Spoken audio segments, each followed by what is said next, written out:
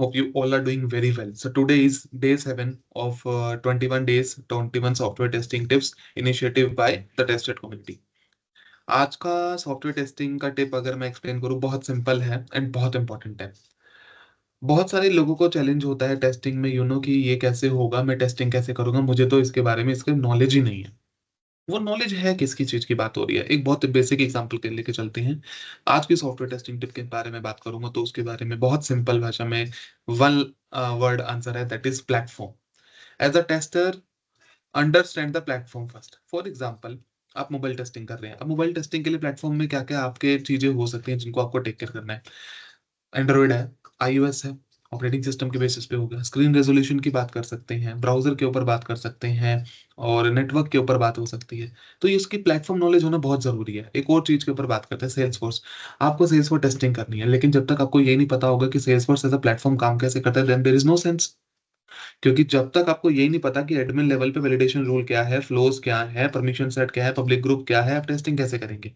आपको यही नहीं पता लीड कैसे बनती है, लीड को कन्वर्ट होने के बाद कॉन्टैक्ट बनता है, अकाउंट बनता है, अपॉर्चुनिटी बनता है, क्या है, कैंपेन्स क्या है, एक्टिविटीज क्या है, ऐप लॉन्चर क्या है, डेवलपर कंसोल क्या है।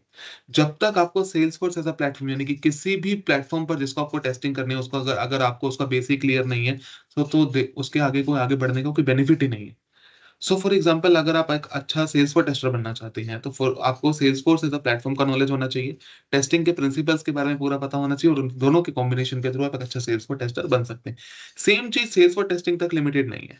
सेम चीज अगर आप मोबाइल एप्लीकेशन में जाना चाहते हैं तो फॉर एग्जाम्पल आपको पता होना चाहिए कि एंड्रॉइड एप्लीकेशन की टेस्टिंग जब हम करेंगे और आईओएस एप्लीकेशन की टेस्टिंग जब हम करेंगे तो उन दोनों में डिफरेंसेस क्या है। यूआई का सबसे बड़ा डिफरेंसेस होता है, जो पुराने अगर आप देखेंगे आईफोन में बीच में गोला सा बटन आता था, और एंड्रॉयड में यही चीज आपको 3 बटन साथ में मिलते थे। तो ये सबसे बड़ा डिफरेंस है।